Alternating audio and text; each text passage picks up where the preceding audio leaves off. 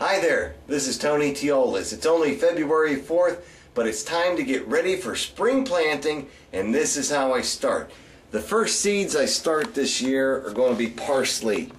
And like any good parsley grower, I've taken my seeds and I've soaked them in a cup of water for 24 hours. This year I'm sprouting seeds, I think going to be the easiest way yet. Just taking a couple of apple containers here. Actually, it's one apple container from Costco that's cut in half. The bottom one contains water.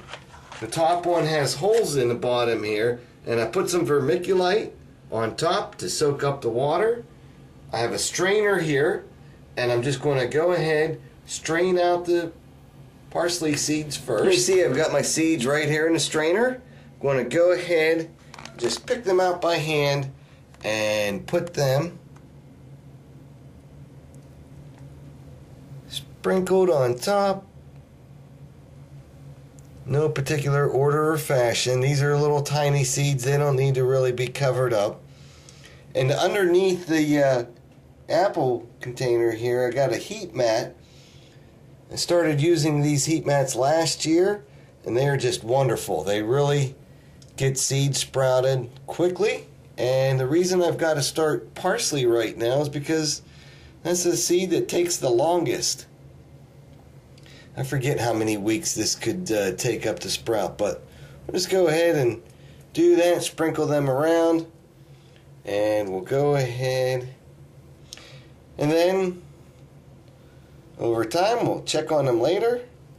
Now this is a lot of parsley, but I grow a lot of parsley. Not necessarily that we eat it all, but sure, I like the herbs that help to attract beneficial insects and repel some insects that aren't any good.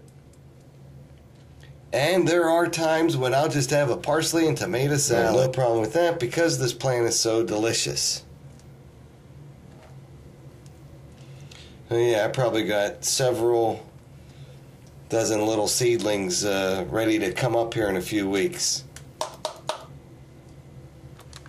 And that's how you get started with your spring planting. Start with parsley, start today. Make sure you soak them in a cup of water first.